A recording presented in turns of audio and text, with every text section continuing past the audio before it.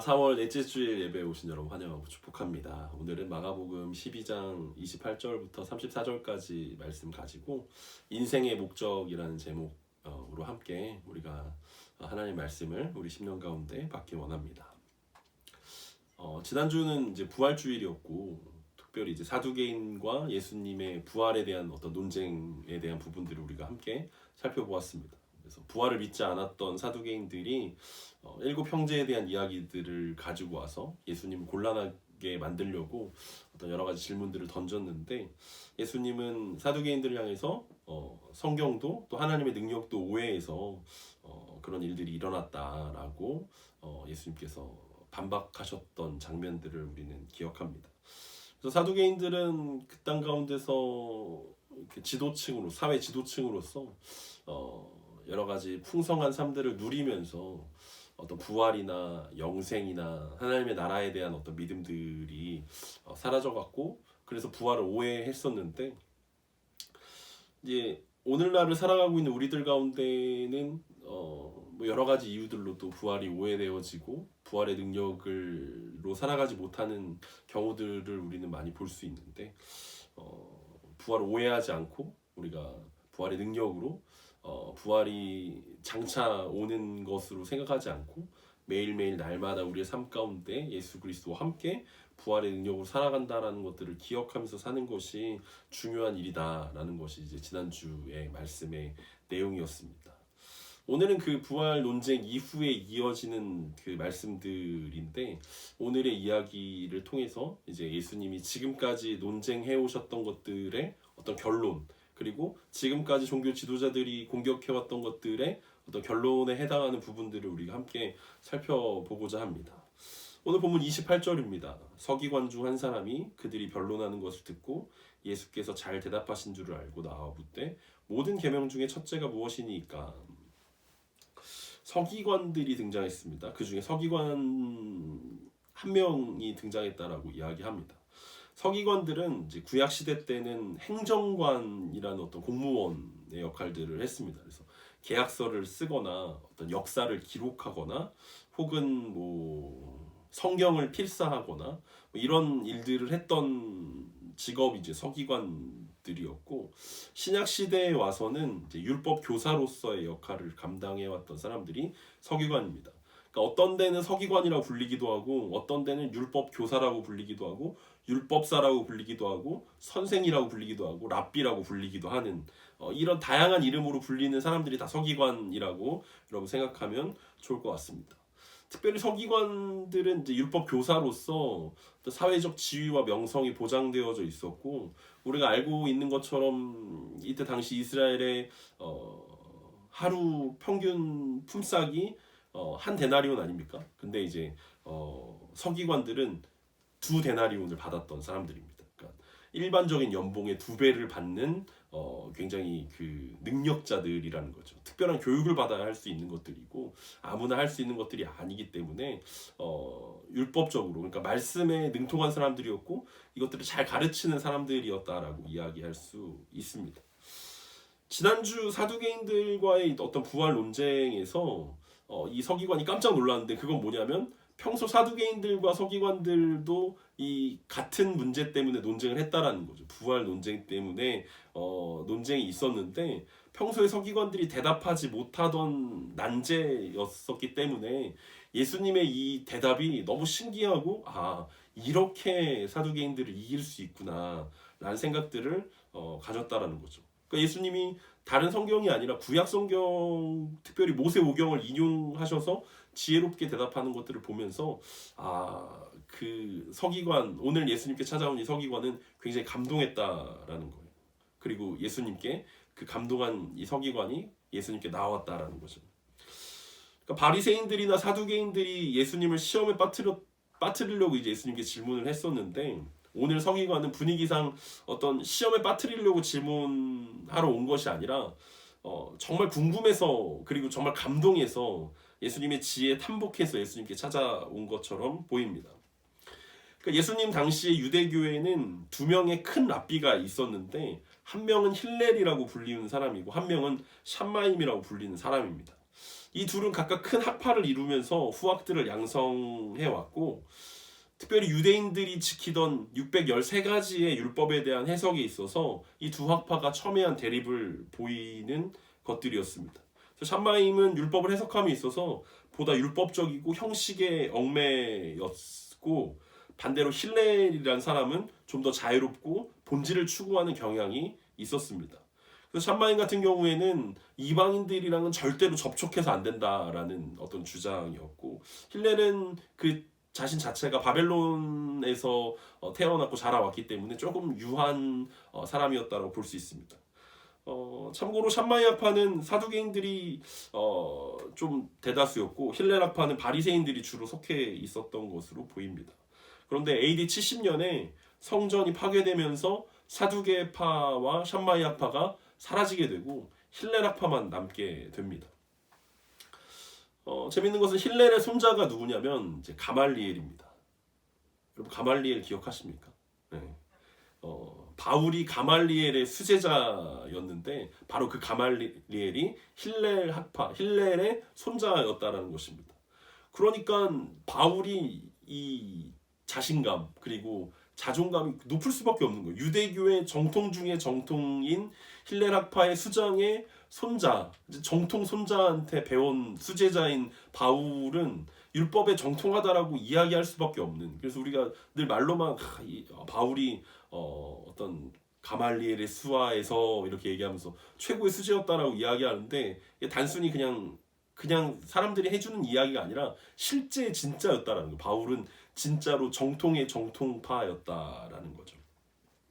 어쨌든 이 힐렐 학파와 샴마이 학파 이 사이에서 서기관들은 율법 학자로서 율법을 해석하고 가르치는 임무를 가지고 있었기 때문에 두 학파 사이의 이 논쟁은 그들에게 굉장히 중요한 문제였습니다.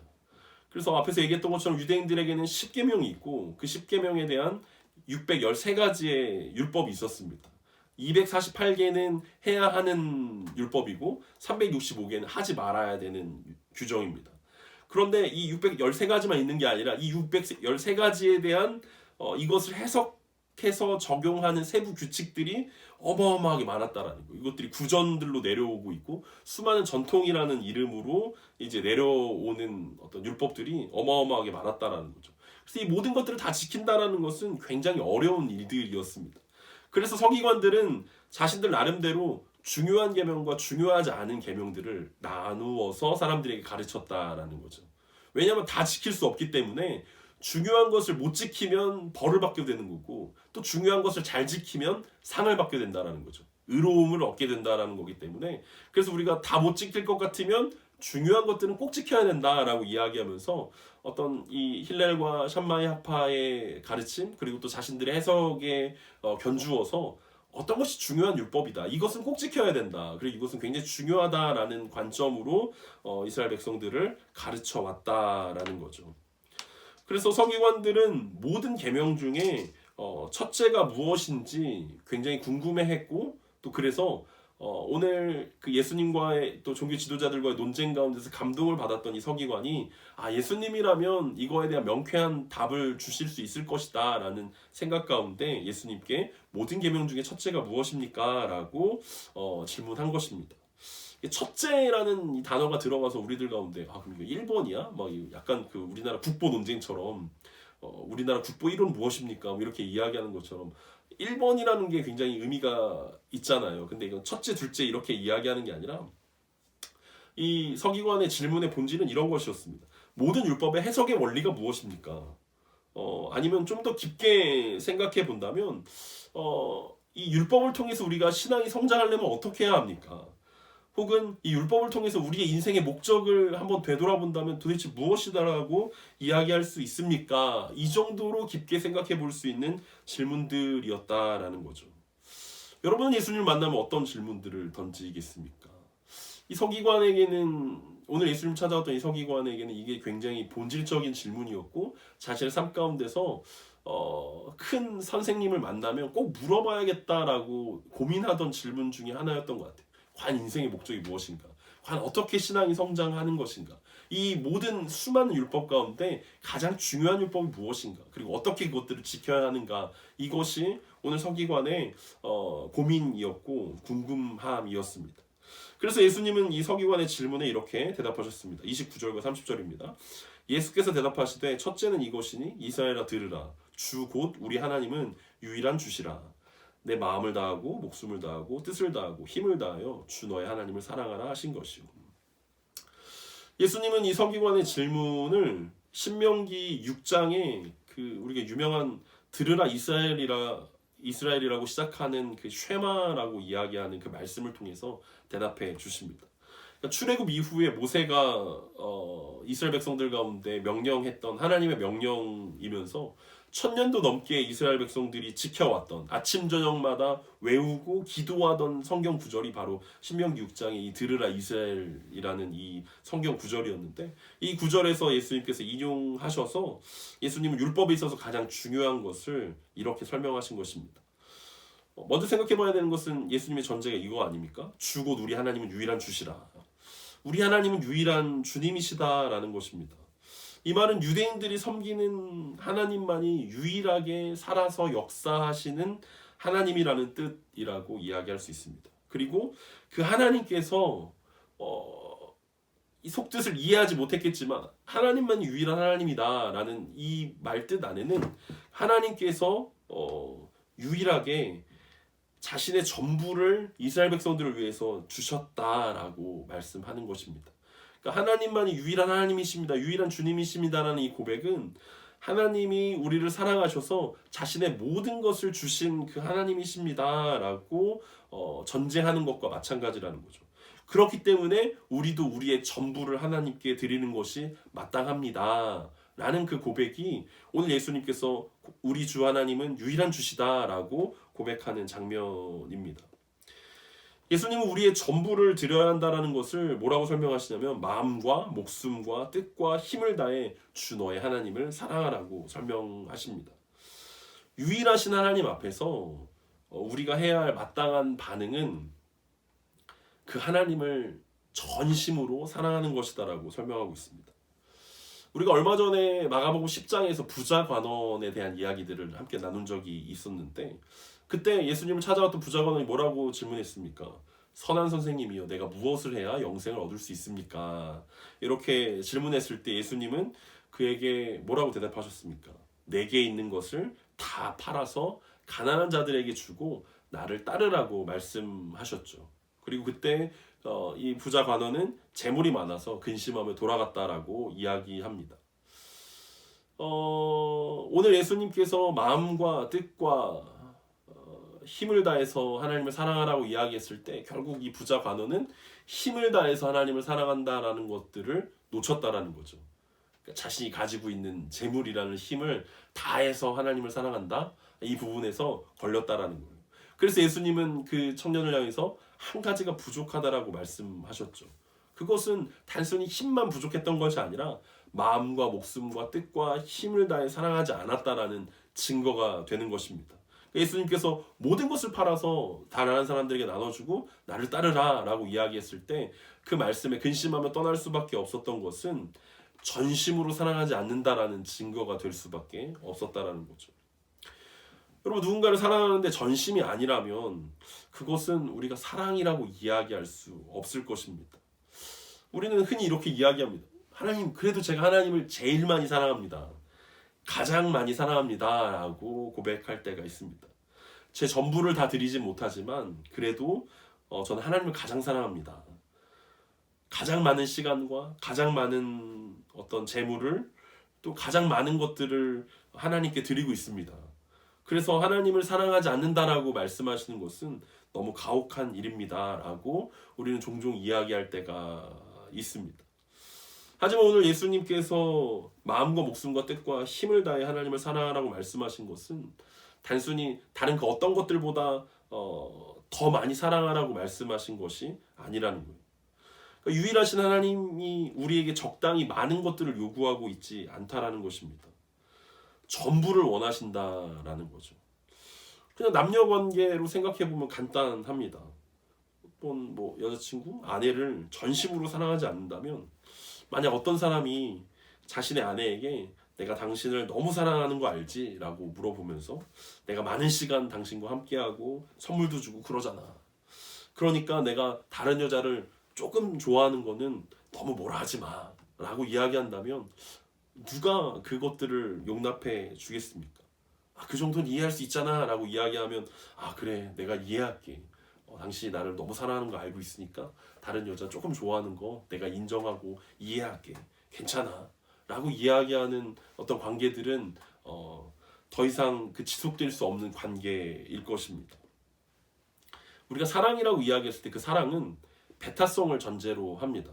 누군가를 사랑한다면 다른 누군가를 사랑할 수 없다라는 거예요.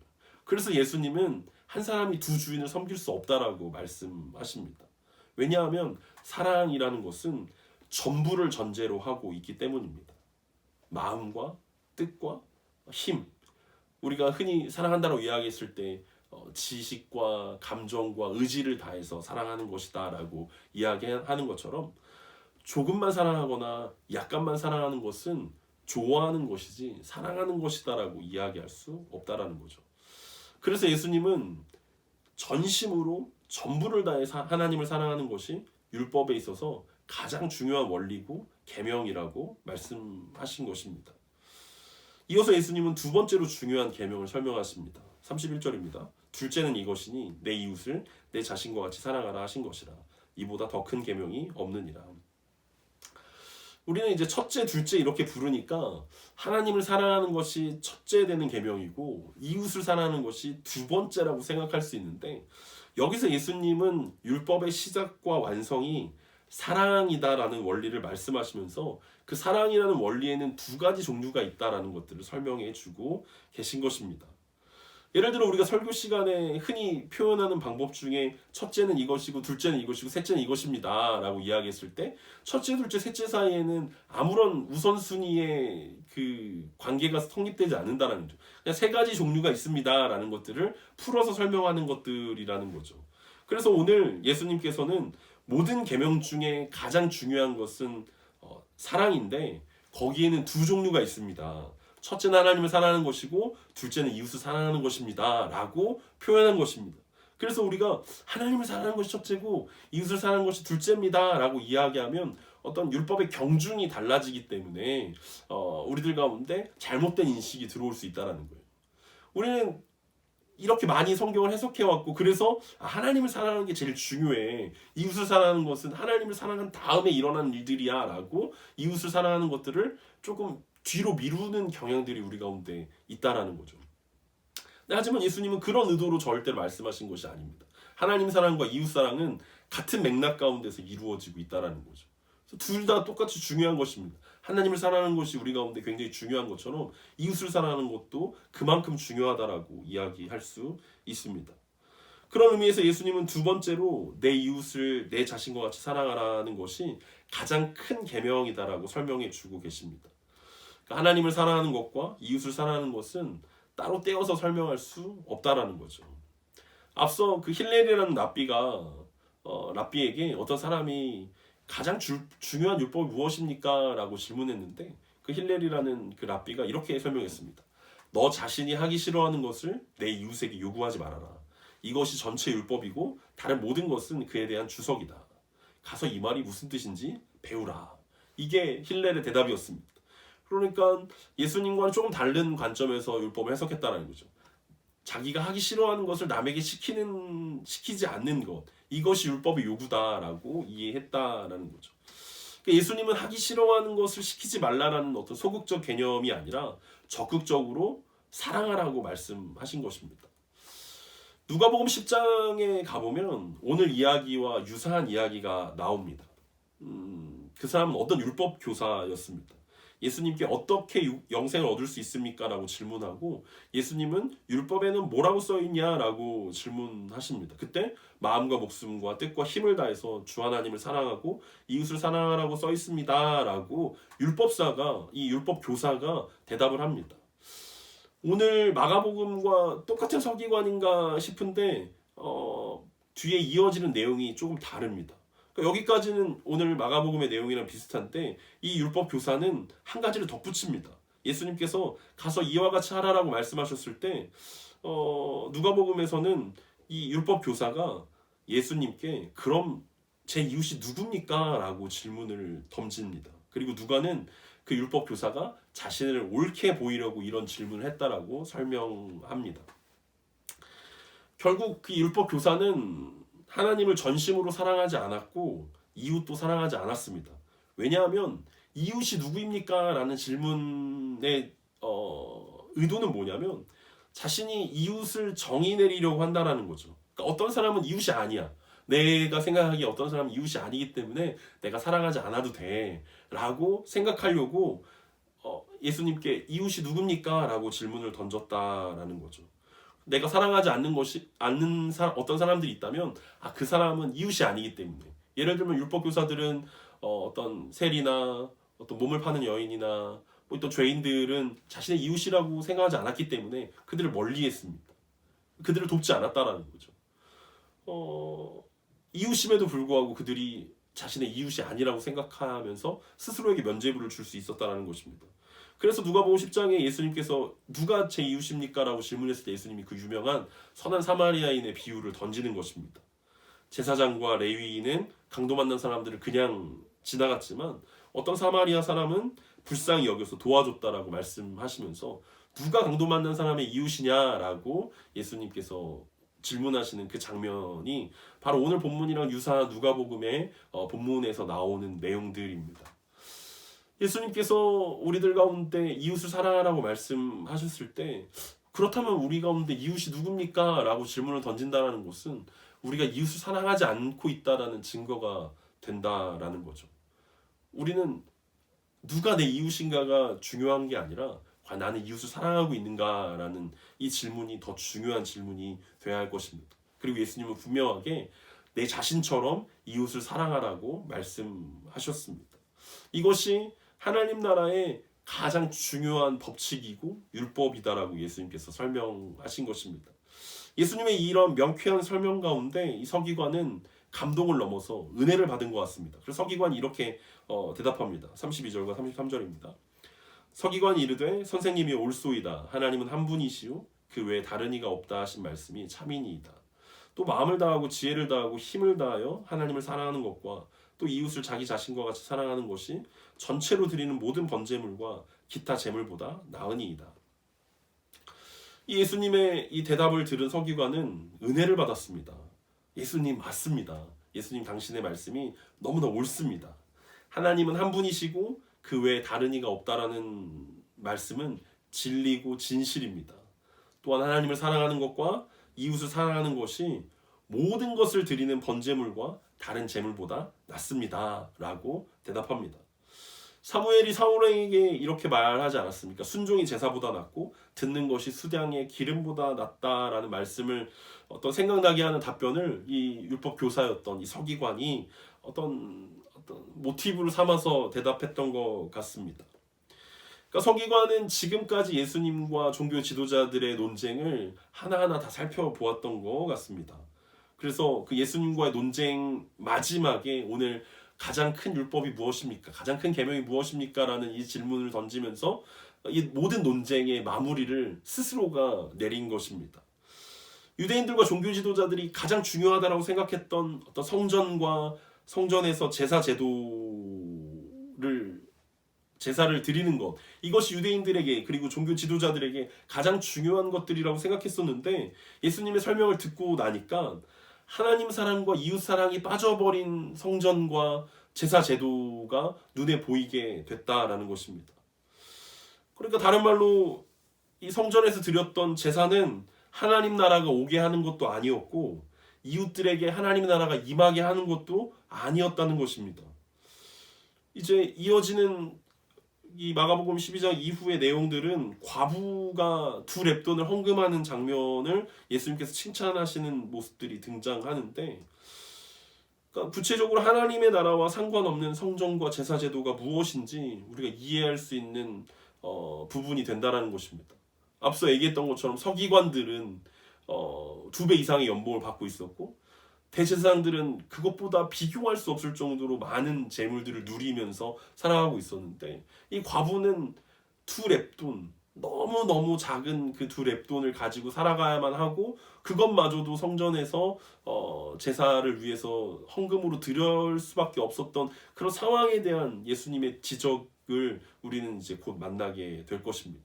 그래서 서기관은 이제 깨닫게 된 거예요. 아, 자신들이 가르쳤던 율법이나 자신들이 그토록 소중하게 지켰던 성전이나 어떤 성전의 제도들이 더 이상 하나님 나라에서 의미가 없어졌구나. 왜냐하면 하나님을 사랑하고 이웃을 사랑하는 이 본질에서 너무나 벗어나 있다는 사실들을 예수님과의 이 종교 지도자들과의 논쟁을 통해서 그가 깨닫게 된 것이고, 또 예수님께서 이 성전이 무너질 것이다라고 예언했던 그 예언, 그리고 예수님께서 성전을 정결하게 하시면서 왜 만민의 기도하는 집이라고 부를 수밖에 없었는지에 대한 내용들을 이 서기관이 완벽하게 이해했다라는 것입니다. 그래서 바울이 우리가 잘 알고 있는 로마서 12장 1절에서 이야기했던 것처럼, 그러므로 형제들아, 내가 하나님의 모든 자비하심으로 너희를 권하노니 너희 몸을 하나님이 기뻐하시는 거룩한 산 제물로 드리라. 이는 너희가 드릴 영적 예배니라. 그러니까 이 서기관이 이해했던 것이 바로 이 로마서의 이야기와 유사했다라는 거죠. 아, 이제 성전에서 제사를 드리는 시대가 끝났구나. 아무리 자신들의 전부를 드린다라는 의미의 번제를 드린다 하여도 그 안에 전심으로 하나님을 사랑하는 마음이 없다면 하나님이 기뻐하지 않으신다라는 거죠. 아무리 소와 염소와 양들을 잡아서 희생 제사를 드린다 하더라도 그 안에 이웃을 사랑하는 마음이 없다면 하나님은 그것을 기뻐하지 않는다라는 것들을 이 서기관이 깨달았다는 것입니다. 하나님은 외모를 보지 않고 중심을 보십니다. 그리고 전심으로 하나님과 이웃을 사랑하는 사람만이 자신을 거룩한 산 제물로 드리는 사람이고 하나님 나라에 합당한 사람이라는 것을 이 서기관은 깨달았다라는 것입니다. 우리의 삶 가운데서도 우리가 깨달은 것들을 이 서기관처럼 표현할 수 있어야 된다는 거죠. 아, 우리의 어떤 종교적인 것들, 우리의 신앙생활 가운데 하나님을 사랑하고 이웃을 사랑하는 것이 목적이고 그것이 본질인데, 그 본질이 빠져버린 것들이라면 예수님께서 말씀하셨던 것처럼 이제 그것이 끝났다라는 것들을 인정하고 이제 새로운 시대가 오게 됐다라는 것들을 선포해야 한다라는 거죠. 비록 서기관은 어떤 자신의 어떤 지위와 자신의 것들의 배경이 되는 성전과 어떤 제사 제도가 끝났다라고 선언을 하는 것입니다. 자기가 그것 때문에 돈을 벌고 그것 때문에 유명해지고 그것 때문에 사람들 가운데 좋은 평판을 얻었지만 이제 그 성전과 제사 제도가 끝났다라는 것들을 고백하고 있다라는 것입니다. 그리고 이 대답을 보고 예수님이 이렇게 평가하십니다. 34절입니다. 예수께서 그가 지혜 있게 대답함을 보시고 이르시되 내가 하나님 나라에서 멀지 않도다 하시니 그 후에 감히 묻는 자가 없더라. 서기관의 깨달음과 고백은 예수님을 기쁘게 했습니다. 앞서 얘기했던 부자 관원은 근심하면서 돌아갔지만 오늘 서기관은 예수님께 지혜 있게 대답하였다는 칭찬을 듣게 된 것입니다. 이 복음서에 등장하는 서기관 중에 유일하게 칭찬받은 사람이 오늘 본문의 주인공입니다. 예수님은 부자 관원이랑 말씀하시면서 부자는 뭐라고 하십니까? 하나님의 나라에 들어가기가 얼마나 어려운지 낙타가 바늘귀로 나가는 것이 부자가 하나님의 나라에 들어가는 것보다 쉽다라고 말씀하셨는데 오늘 서기관을 향하여서는 뭐라고 말씀하십니까? 네가 하나님 나라에서 멀지 않았도다 라고 말씀해 주십니다. 이 서기관은 깊은 깨달음을 얻었고 이제 그것을 행하고 순종하면 하나님의 나라를 누릴 수 있게 된다라는 예수님의 약속을 경험하게 되었습니다. 멀지 않았다라고 표현했던 예수님의 표현에는 회개하라 천국이 가까웠느니라 라고 말씀하셨던 예수님과 세례 요한의 외침에 힌트가 있는 것 같습니다. 하나님의 나라가 멀지 않았다라고 평가했던 그 예수님의 외침처럼 이 멀지 않다, 하나님의 나라가 멀지 않았다라고 이야기하는 것은 그가 회개하고 돌이켜서 순종하면 하나님 나라의 백성이 될 것이다 라고 예수님께서 말씀하고 있는 것입니다. 이제 이 긴 논쟁이 막을 내리고 있습니다. 대제사장들과 서기관들, 그리고 장로들, 바리새인들, 헤롯 당원들, 그리고 사두개인에 이르기까지 당시 유대교를 대표하는 모든 종교 지도자들과의 논쟁이 이제 끝이 났습니다. 그리고 이 논쟁을 끝으로 아무도 예수님이 십자가에서 돌아가시기까지 더 이상 묻는 이들이 없었다라고 이야기하고 있습니다. 예수님이 이 긴 논쟁을 통해서 하나님의 나라가 어떤 곳인지, 그리고 진짜 하나님의 백성이 누구인지, 무엇보다 성전의 문제와 새로운 성전인 예수 그리스도를 정확하게 보여주셨습니다. 깨달았다면 하나님의 나라에서 멀지 않은 것이고, 깨닫지 못했다면 도끼가 나무 뿌리에 놓여지게 되는 것이다 라는 것들을 오늘 이야기를 통해서 예수님께서 서기관을 통해서 그들과 함께 논쟁했던 많은 종교 지도자들에게, 또 이것들을 보고 있는 많은 사람들에게 말씀하고 있는 것입니다. 오늘 유명한 이 서기관과 예수님의 대화를 통해서 우리에게 주시는 영적 교훈은 어떤 것입니까? 예수님은 처음부터 끝까지 사랑이라는 단어들을 우리 가운데 말씀하고 있습니다. 흔히들 기독교를 사랑의 종교라고 이야기하는데 바로 이 예수님의 이 말씀에서 따온 것입니다. 하나님을 사랑하고 이웃을 사랑해라. 이것이 가장 큰 계명이다 라고 말씀하시는 예수님의 이 말씀, 그리고 그것에 후회드린 그리스도인들에게는 사랑 말고는 답이 없다라는 것들을 인정합니다. 그래서 기독교는 사랑입니다 라고 단순하게 정의 내릴 수 있고, 그리스도인들은 사랑하는 사람입니다 라고 이야기할 수 있을 것입니다.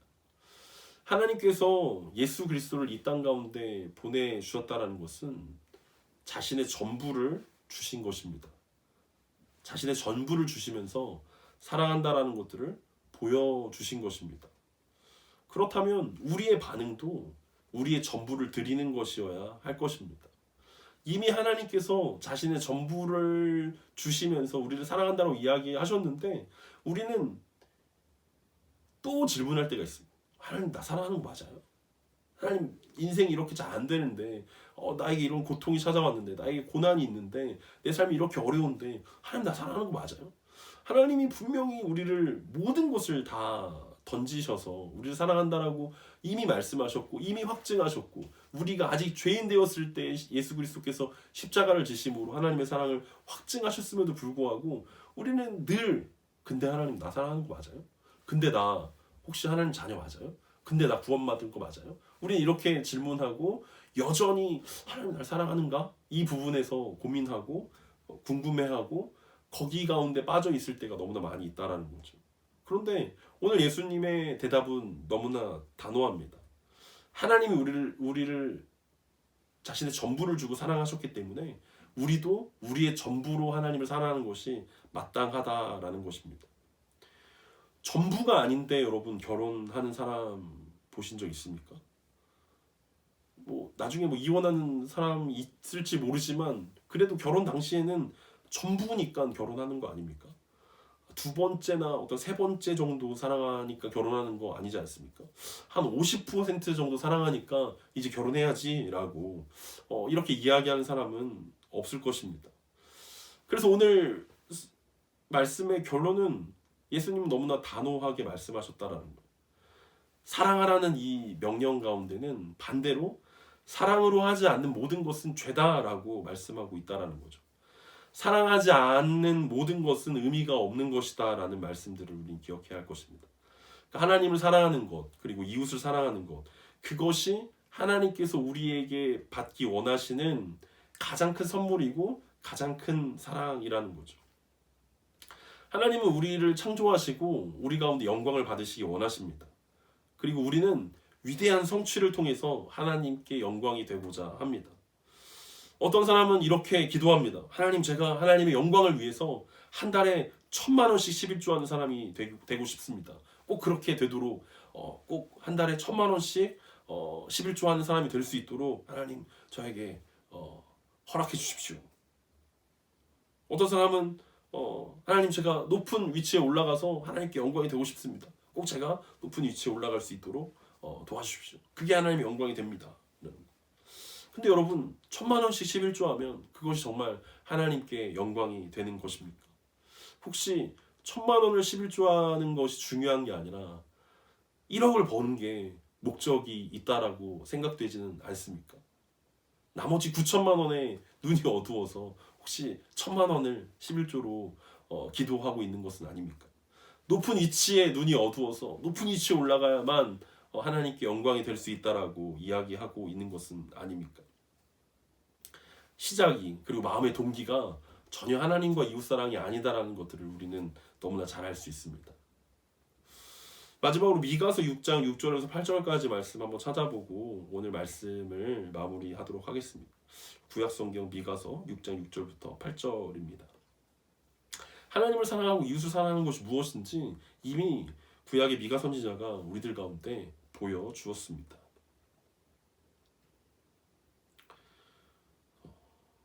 제가 읽어드리겠습니다.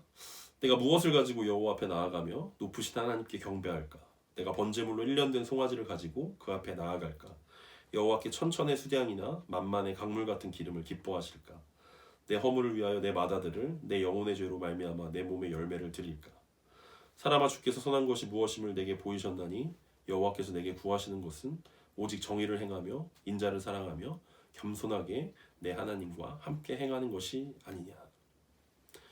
이미 하나님은 미가 선지자를 통해서 말씀하셨습니다. 정의를 행하고 인자를 사랑하고 하나님과 함께 행하는 것이 하나님께 영광이다라고 말씀하셨습니다. 이 말씀처럼 우리가 하나님께 드릴 수 있는 가장 큰 영광은 하나님과 이웃을 사랑하는 것입니다.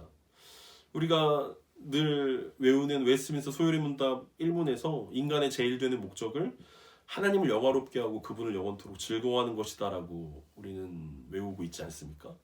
그런데 하나님을 영화롭게 하고 그분을 영원토록 즐거워하는 것이 과연 뭐냐? 이 말이 좀 어렵지 않습니까? 하나님을 영화롭게 하고 그분을 영원토록 즐거워하는 그게 뭐지? 라고 했을 때 존 파이퍼 목사님은 하나님 안에서 그분을 가장 만족하는 것, 그것이 어떤 하나님께 영광이 됩니다라고 설명합니다. 하나님 안에서 가장 만족하는 것이 가장 큰 영광이라고 설명하고 있습니다. 그렇다면 우리들 가운데 오늘 본문을 통해서 해석할 수 있다면 예수님은 하나님을 사랑하고 이웃을 사랑하는 것이 인간의 제일 되는 목적이다라고 설명하고 있다는 것입니다. 하나님을 영화롭게 하고 그분을 영원토록 즐거워하는 것의 또 다른 말이 하나님을 사랑하고 이웃을 사랑하는 것이죠. 인생의 목적이 하나님을 사랑하는 것과 이웃을 사랑하는 것이라면 앞에서 미가 선지자가 이야기했던 것처럼 우리는 삶 가운데서 공평을 행하고 있습니까? 우리 주변의 사람들에게 긍휼을 베풀고 있습니까? 겸손하게 하나님과 동행하고 있습니까? 이것이 하나님 사랑과 이웃 사랑을 압축해 놓은 미가 선지자의 이야기라는 거죠. 그리고 이것이 예수님께서 우리에게 마음과 뜻과 목숨과 힘을 다해 하나님을 사랑하라고 말씀하셨던 것의 실천이다라고 이야기할 수 있을 것입니다. 인간의 제일 되는 목적 그리고 인생의 목적이 하나님을 사랑하는 것이라면 우리의 삶은 조금 더 단순해질 수 있을 것입니다. 하나님과 이웃을 사랑하지 못하도록 방해하는 것들을 제거하고 하나님과 이웃을 사랑하도록 더 자신의 영혼에 집중하는 것이 바로 그 방법일 것입니다. 하나님 사랑 없는 예배나 이웃 사랑 없는 헌금은 우리에게 거짓된 안정감을 준다라는 것입니다. 오랜 신앙생활과 크고 작은 섬김들 그리고 적당히 하나님을 사랑하면서 사는 것 여러 가지 어떤 신앙의 어떤 껍데기들 이런 것이 하나님 사랑과 이웃 사랑에 방해가 된다면 과감히 내려놓을 수 있어야 할 것입니다. 그리고 우리가 공동체를 통해서 우리가 해야 되는 것들도 바로 이것일 것입니다. 우리가 함께하고 있는 이유는 다른 것이 아니라 하나님을 사랑하고 이웃을 사랑하는데 서로가 서로에게 힘이 되고 도전이 되고 기도가 되어지고 함께하는 것이 우리 가운데 우리 공동체가 존재하는 이유일 것입니다. 또 새로운 한 주를 살아가면서 우리의 고민은 어떻게 하면 하나님과 이웃을 더 사랑할 수 있을까에 초점을 맞췄으면 좋겠습니다. 내가 어떻게 하면 이 땅 가운데서 더 많은 것들을 누릴 수 있을까? 내가 어떻게 하면 이 땅 가운데서 더 많이 행복해질 수 있을까? 내가 어떻게 하면 더 사람들에게 더 인정받을 수 있을까? 이런 것들은 하나님 사랑과 이웃 사랑에 전혀 도움되지 않는다라는 것을 우리 오늘 말씀을 통해서 확인해 볼 수 있었습니다. 그리고 그 하나님 사랑과 이웃 사랑을 방해하는 것들을 지워가는 것 무엇보다 우리가 함께 하나님과 이웃을 뜨겁게 사랑할 수 있도록 우리 서로에게 더욱더 뜨겁게 사랑하고 기도하고 용기를 주고 응원해주는 우리 공동체가 해야 할 일들이 바로 그것에 있다라는 것들을 기억하면서 오늘 예수님과 서기관의 이 대화들을 우리 한번 곰곰이 생각해 봅시다. 너무나 유명한 말씀이지만 그 유명한 말씀이기 때문에 우리가 그냥 흘려 지나가고 있지는 않았는지, 전심으로 하나님을 사랑한다는 것들에 대해서 우리는 더 이상 고민하지 않는 시대를 살아가고 있지는 않는지, 껍데기에 불과한 성전과 제사 제도들을 붙잡으면서 그것이 하나님을 사랑하는 것이다라고 서로 속여왔던 종교 지도자들의 모습이 혹시 우리의 모습은 아닌지 우리가 함께 점검하면서 오늘의 우리의 기도가, 그리고 한 주간의 우리의 기도가 하나님, 내가 하나님을 그리고 이웃을 어제보다 오늘 더 사랑하기 원합니다. 그리고 오늘보다 내일 더 뜨겁게 하나님과 이웃을 사랑하기 원합니다. 이것이 우리의 소망이길 간절히 소망합니다.